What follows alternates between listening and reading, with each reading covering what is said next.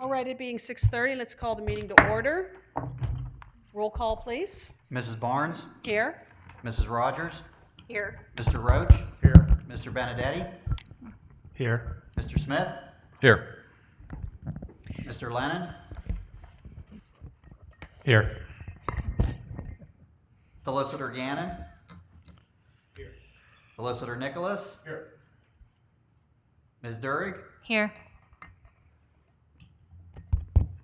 Okay, do I hear a motion to approve the July 15th, 2025 minutes?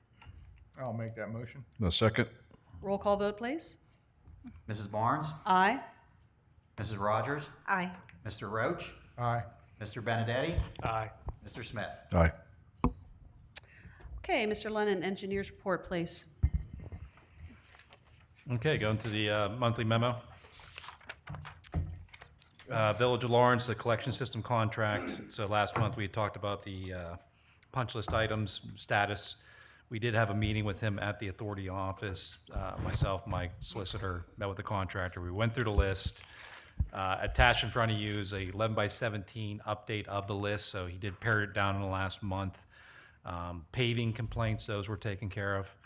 A lot of the grass complaints, he's committed to, he's going to bring a landscaper in to complete the outstanding ones, but he's understanding he doesn't want to bring him in until September because it's too hot right now to start planting grass. So he has the resident that was at the last meeting, he said he has spoken to him, told him what he plans to do, so he's following up on that. So That's Mr. Eustace? Estes, yes. Estes. Yes. And there's like a couple of air release valves that we're working with them to see what the best option is there. But the big one was the paving, and then there's one tree that they clipped when they went through that's outside of the right of way. Mike did talk to the property owner. The property owner did request formally in the last couple of weeks it be taken down, stump be taken out. So we told him to take care of that too. So that's the update on the Rudzik contract on the punch list. We'll obviously keep on him with the schedule, September coming up, get the grass restoration done, and then hopefully get him closed out here in the next several months. Under the wastewater treatment plant contract, so he's working a lot on restoration and punch list items. Tonight there is a large pay request, and a lot of it's reduction retainage. We have a punch list running on him where we're still going to be holding enough money to cover the punch list on his outstanding items. So I think there was a note about paving at Teodori. Is that a part of that same? it's being held, the money for the paving, because he also has some paving. There's some drainage issues down at the plant site that we're actually going to go out and survey a couple of shots because something doesn't look like it's draining correctly and see if they followed the plan. So we do have a change order tonight for tonight's agenda, change order number 9. Several items that we went through. I talked about these last month. So there's a relative to the change in elevations during the rebid. There was a manhole that needed to be adjusted. The influence sampler, we had them raise it up after reviewing with Mike the way it was set, just to make it easier for operations to work on it. The control building, that was the big one we talked about last month, that once the control building got drained out, that whole sump underneath, it was much larger than what the plans had shown, so there was extra cost there. And then some eye wash station, some extra items that operations had requested that work was completed, so we'd recommend approval of that. That's a change order number 9, the amount of $36,304.31. And they did submit partial payment number 26 in the amount of $657,315.56, and a lot of that was reduction retainage, but we're still holding, it was over $300,000. The pay request is attached. It's attachment A. So,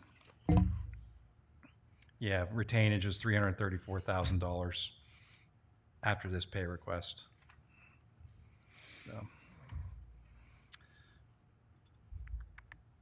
Tradition, and then we do have the Penvest pay request. If you recall, last month I did request that you table the one last month because there was an error in that pay request. So this includes both months. So this is Penvest payment request number 26 in the amount of $145.40. That's also attached. That's attachment B. which lists all the invoices that are attached. And again, that was for 2 months. Traditions of America phases 6 and 7. So construction ongoing on phase 7. I reported last month that they had about 63% of the main line completed. Right now, the main line's on hold. They're working on other site improvements. I think they're working on the water line now and a few other things. They're not actively working on sanitary for the last couple of weeks. Silver Creek, no change. We have not received a resubmittal there. And I'm sorry, on Traditions, there's no bond reduction was requested by developer, so no action required tonight. Steel Town, that one was active in the past month. There were several submissions from the developer, including bonding estimates. The latest letter, I did provide you a copy of it. It's attachment C of the latest comment letter for what they're proposing. So it's a 2-phase residential development. Part of it includes getting third-party easements, including crossing the Montour Trail. So when you go through the comments, there's other third-party approvals they'll need to complete the work. So also on this one, last month you had adopted new standard details and design requirements. That was sent to the developer, and he did make adjustments. Like there was ductile iron that could now be PVC, that he took advantage of that. But also the positive of that, it's all positive. But they also deepened a section of sewer to get it out of fill, because now he can do it in PVC and save that money. And that's preferred, to not have it in fill. So they lowered the sewer line to get it and do it with PVC. So Mount Pleasant, we did receive the drawings from Mount Pleasant's engineer, so we're reviewing those. We do have an update meeting next week to discuss next steps on the Mount Pleasant project. So last month we had reported we were still waiting on the drawings, but we have since received those and we're reviewing them. And the intent there is, we did the conceptual analysis last year. Gravity, it's pretty flat, making sure gravity will work. So now we're looking at their plans to see how deep they are, to see if we need to do some type of survey, even if it's checking spot shots to see if we have fall to make it work. So, but we're looking at their plans right now.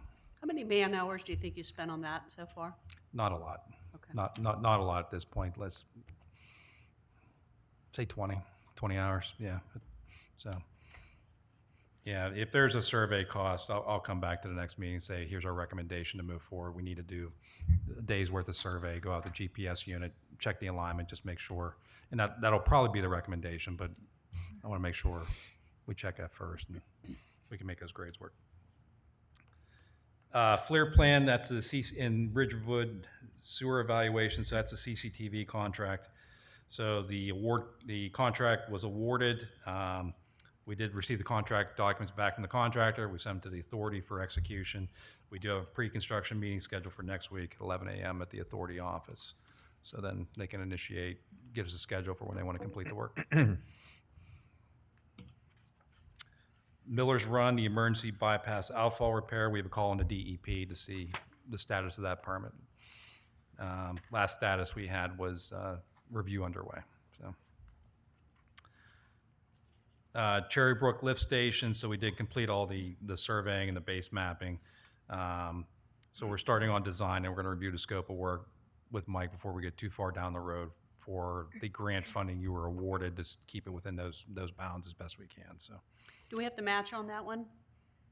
What dollar amount There are was, we looking at there? I apologize, I don't have the amount listed, do I? $200,000. I don't believe there's a match. I got to check that. Or is it 15?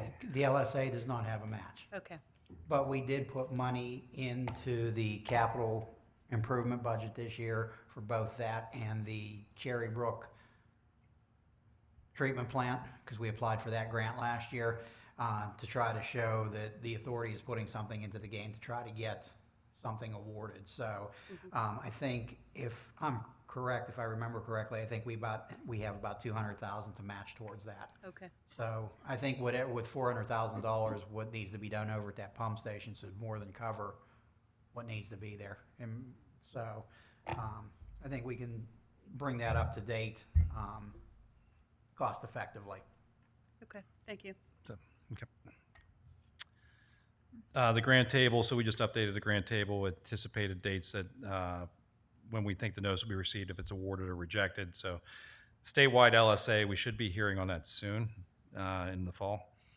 You have 2 applications in there, small water and sewer would be winter, and the watershed restoration and protection program, they're telling us winter also. So we do follow up with the financing authority to see when they anticipate to award these grants. There is coming up the local share account statewide, which is the gambling fund. Application windows open from September 1st through November 30th. Eligible projects include improve the quality of life in the community for a maximum grant request of $1 million. This is one that could be used for just about anything. Like you could buy a truck, you could buy a backhoe, you could do a sewer project, you could replace a roof. All the projects we've been applying for in the past, there is no local match requirement on that grant either. So we'll talk with Mike. You have to adopt a resolution. We'll come up with a project to submit there. So. Okay.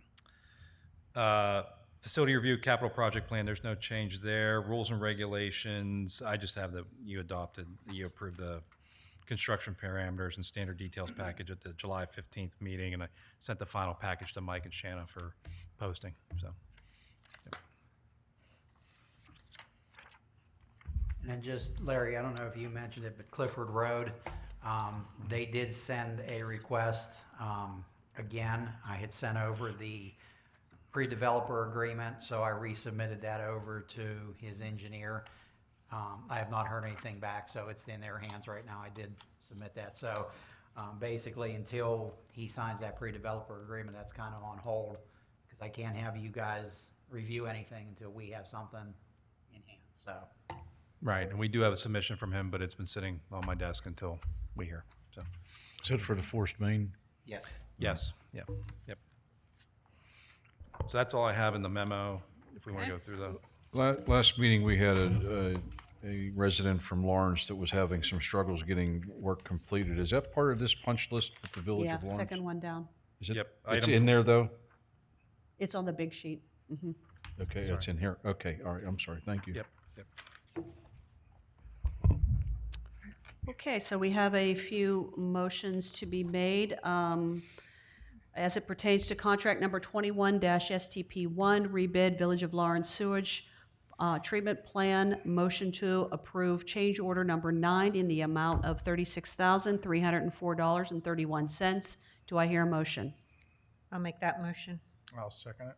Roll call vote, please. Mrs. Barnes? Aye.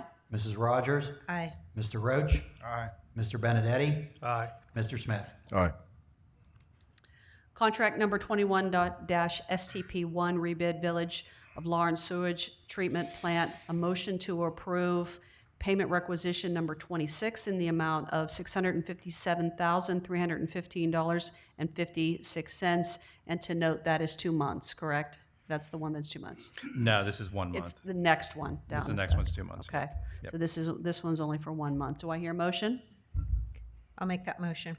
I'll second the motion. Roll call vote, please. Mrs. Barnes? Aye. Mrs. Rogers? Aye. Mr. Roach? Aye. Mr. Benedetti? Aye. Mr. Smith? Aye.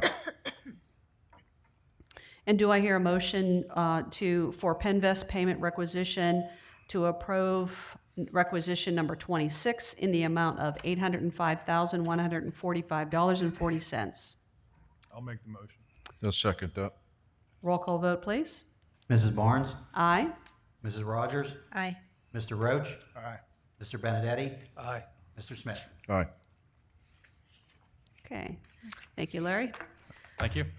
Mr. Gannon, Solicitor's report, please. Yeah, thank you. A few updates from me, and then Solicitor Nicholas, I believe, will have an update on the CHJA litigation. As the engineer mentioned, there's no change in the Rules and Regulations Committee. We did not meet this past month, but we continue to monitor updates as needed. The draft safety manual was circulated last month for review by the board. I didn't receive any comments on that, so if the board doesn't have any further comment, we can move to adopt that at our next meeting. A motion wasn't included on our agenda tonight for adoption of it. I have no questions. It looks good and complete. Anybody else? Thanks for passing that on. Thanks for, who is our committee? Craig and Brad, right? Thank you for all your work on that. Great, then we can look to pass that at the September meeting. And then the engineer also touched on the Mount Pleasant Authority that continues to move along, and we are monitoring that accordingly. And I have two items, both for executive session. Okay. Shouldn't be long. Okay. One regarding the Lawrence potential litigation, and for CHJA, hopefully near the end of that litigation. But if I could, maybe the agenda ask for a motion for those two items. Certainly. Thank you. All right, thank you. Moving on to Business Manager's Report. Ms. Durig. Hey, this month's packets had the financial reports for June 2025. Are there any questions? No? Okay. On August 5th, I made a debt service payment in the amount of $60,215.60 for the Series 2016 bonds. This was to be paid on or before August 15th. A printout of this transaction was included in your monthly packet. I renewed the 2 CDs I emailed you all about earlier this month. They were CD 00-13017806 and 00-1301887. They are both now a 1-year term with an interest rate of 4.11% and a yield of 4.25%. Since our last meeting in July, we have received about 34 more tap-in applications for Lawrence. I'm sorry, what was that number? 34, Okay. For a total? 149. Received to date? Yes, 149. yeah. And we're There, expect- it may be off like 1 or 2, but it's That's it. pretty, Close. yeah, And we're it's pretty expecting, close. what's that number again? 270. 270? Yeah. One day I'll remember that. And then we have issued a total of 131 permits. And out of all those, 90 have been inspected.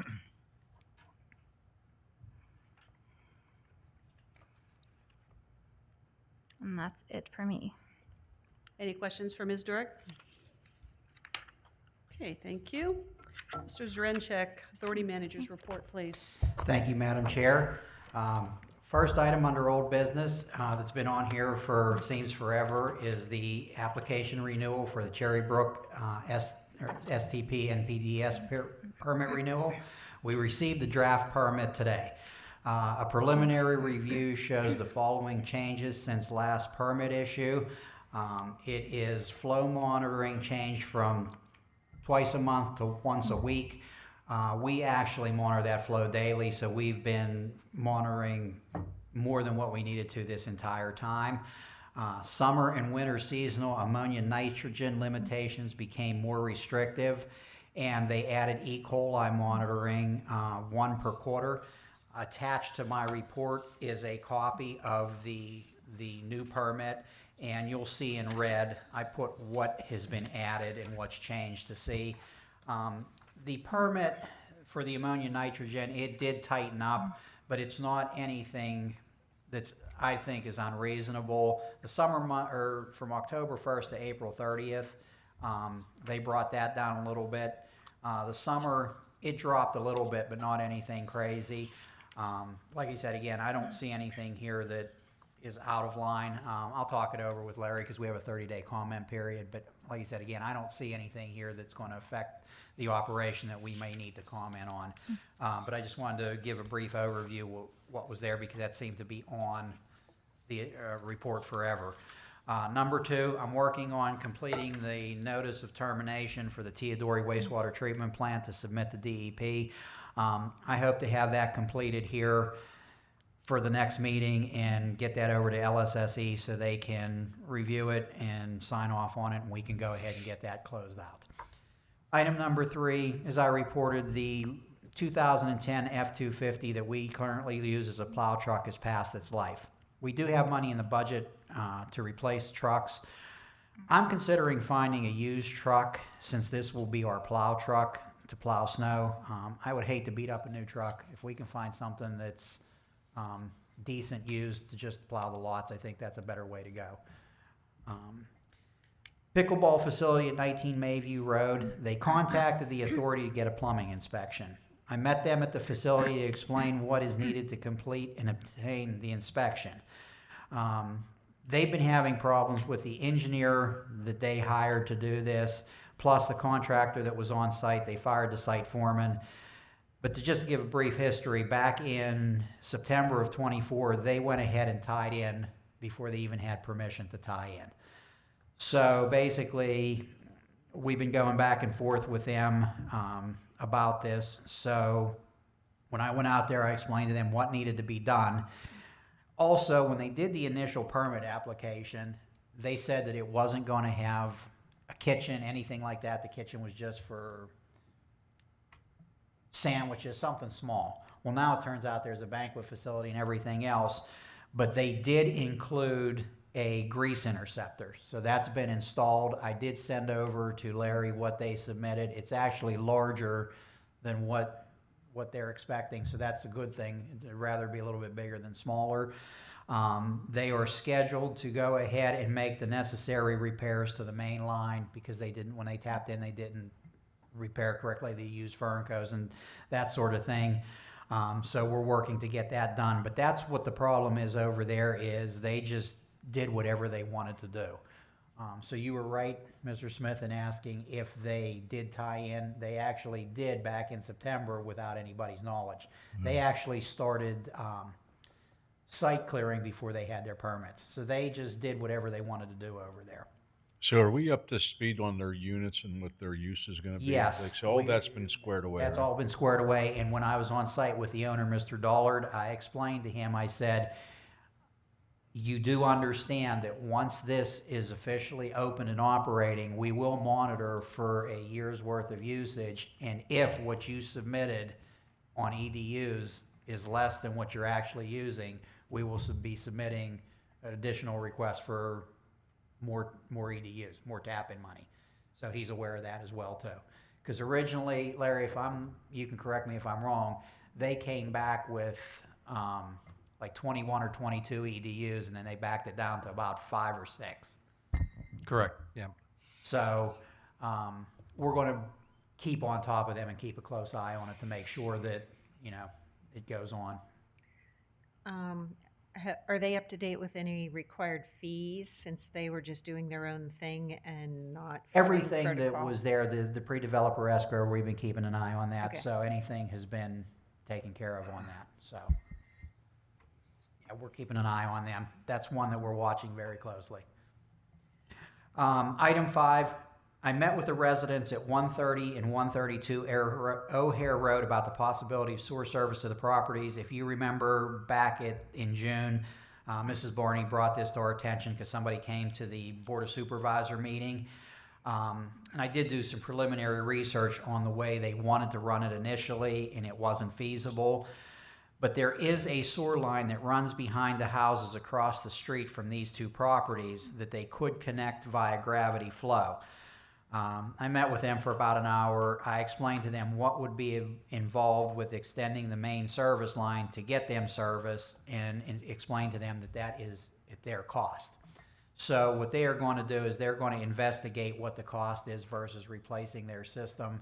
I explained to them about easements, everything what they would need. So I did meet with them, so that's the ball's in their court for right now. So I'll keep everybody updated. Is that going behind their house into Muse or across the street? It's going across O'Hare Road, and it flows down towards 980 there into the housing plan that's over there. I'm not sure which one it is there. Pristine.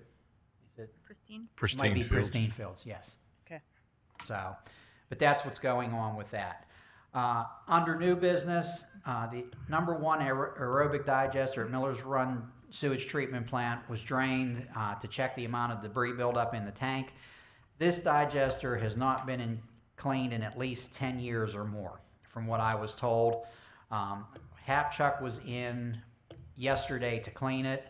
We're going to inspect the membranes on the air diffuser for any damage, anything that would need replaced. We're going to replace that before we put it back into service. We did include money in the capital budget this year for pump station tank cleaning. So that's taken care of. These tanks, we're going to try to get them drained down moving forward at least once a year, just to see what the buildup is, and then try to schedule cleaning, if they don't need it every year, at least every other year, so we don't have a buildup and we can minimize what goes to the belt filter press and damage on the pumps. Item number 2 is the renewal of the insurance policy for the authority. The cost of the policy increased by $335 from the previous year. Now, we do not have a current cyber policy. I did attach a quote for everyone to review, and I have a few questions for our insurance carrier on what this all means, but I think it's probably in this day and age a good thing to add is a cyber policy. Yes. Especially since we have sensitive personal information with checking accounts and whatever. And I just Being want to paid online. see what we have. So like I said, again, I gave that for everybody so they can see. He gave me 3 quotes. I'm going to get more information and then Okay. I can make a recommendation. Good. Excuse me, if I may, real quick. In one of our Westmoreland County communities, we just we're in the process now of engaging through our carrier a cyber policy. And in order to secure that cyber policy, there was several conditions precedent that we had to fulfill to make it worthwhile, so that there aren't disclaimers and reasons why they wouldn't cover, et cetera. I agree with Mike, it's wise, but it's a little nuanced, and I could talk to Mike about that offline. There's some things we learned out there, and, cause you want to get it right, not just get it, you want to get it, it's also I didn't helpful really to look you at when it. you make I have it. Right. I have it here too. I can share that. Good. Yeah, any agreement like that, which is very new to us, we should probably have Ramel review anyway. That's why I wanted to get some more questions, but I just wanted to get it in front of everybody this way. You can see what they estimated the cost is. It's not anything that's, I think, is unreasonable. I just want to make sure that you're aware of it and then we can see what fits us best. And what was interesting, we secured that community, we secured the general insurance, and then subsequently tacked on cyber. They didn't mandate that it all be done in one swoop, so that's another thing. That's kind of how this one works as well. That's all, just wanted to mention. Item number 3, pump replacement at the Millers Run sewage treatment plant. The flow equalization tank and sludge transfer pumps, we have 2 of each. They're now 18 years old. We've been having issues with one of the sludge transfer pumps. When I tried to get replacement parts, this pump is now obsolete and replacement parts are unavailable, or if I can't get them, they're expensive. I was able to find direct replacements for both pumps so that no modifications of the current setup, the guide rails and piping, anything would have to be modified. The only change would be the flow equalization pump would be upgraded to a chopper pump to help with flushable wipes that enter the plant. I had the vendor include rebuild kits in the quote to ensure that we have that available to minimize any downtime when we get the pump serviced. What I'm finding nowadays is when you send these pumps out to be rebuilt, it's not the rebuild time that's the holdup, it's getting the service kits for them. The one I have out now, it's 4 to 6 weeks to get the rebuild kit. So I would prefer to keep that on the shelf, that if we do have to send it out, I can send that out with the pump and minimize that time. They did not update the quote for the equalization tank pump that reflects the seal kit in the guide rail fitting. That adds $1,330 to the cost of the pump. Now I did add those, did present those tonight in my report. Basically, there's not a lot of vendors for these Barnes pumps that we have.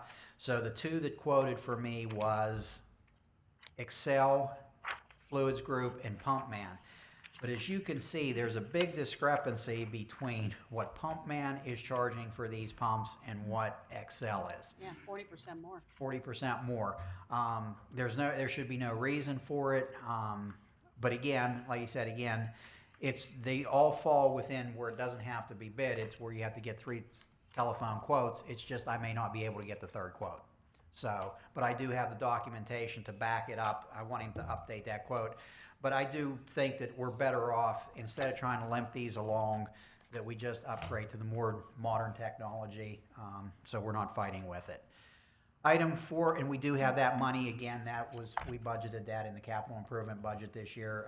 We budgeted $50,000 for pump replacement, so we have that money set aside. Number 4, Walter Higgins from the US EPA was out on August 6th to look over the Lawrence project. He toured the new treatment plant, the collection system, and the new pump station. He said everything looked good, everything checked out on his end. All the necessary items to access the $1 million through the ASAP website have now been completed. I'm actually able to get in there. Now the last step is to upload the pay requests that he needs, and we can draw down the $1 million from the EPA. So that's coming to a close. And then Solicitor Gannon briefly touched on the draft safety manual. That manual was distributed for the board for review and comment. If everybody's good with it, it'll be on the agenda for adoption at the September meeting. It was my fault. I forgot to add it this month. So, like I said, again, if there are any questions in the meantime, just let me know, and then we can go ahead and address that. But that's basically what I have for this evening. If there's any questions, I'll be happy to entertain them. Questions? No? Okay, thank you very much. Were there any correspondence? I do have something. We received a thank you card from Mrs. Barney that I will share with you all now. To all board members and staff, the purpose of this note is to express sincere gratitude for the recognition at the recent board meeting on July 15th, 2025. The kind words of acknowledgement of the contributions to the Cecil Township Municipal Authority were truly appreciated. It is an honor to be part of such a dedicated and passionate team. The leadership and commitment to the municipal authority were truly inspiring, and it was an honor to work alongside everyone. Thank you all for the beautiful gift. It will be cherished. Sincerely, Darlene Barney. Very nice, thank you. And I missed something. Thank you, Roseanne, for pointing that out. We do have a motion after the authority manager's report. Do I hear a motion to approve renewal of the insurance policy for the Cecil Township Municipal Authority? Do I hear a motion? I'll make that motion. I'll second. Roll call vote, please. Mrs. Barnes? Aye. Mrs. Rogers? Aye. Mr. Roach? Aye. Mr. Benedetti? Aye. Mr. Smith? Aye. Okay, we've touched on some committee reports. Do we need any other comments? Any other committees? Probably be starting budget October? Probably I'll get it started in September. Great. All right. Do I hear a motion to approve payments of expenses and transfer of funds for payroll and other expenses? I'll make that motion. Do I hear a second? I'll second. Roll call vote? Mrs. Barnes? Aye. Mrs. Rogers? Aye. Mr. Roach? Aye. Mr. Benedetti? Aye. Mr. Smith? Aye. No one present, so no comments from the floor. I'd like to make a motion for executive session for personnel matters, litigation, and property. Do I hear a second? I'll second. it. Roll call vote? Mrs. Barnes? Aye. Mrs. Rogers? Aye. Mr. Roach? Aye. Mr. Benedetti? Aye. Mr. Smith? Aye. Okay, breaking for executive session at 7:03.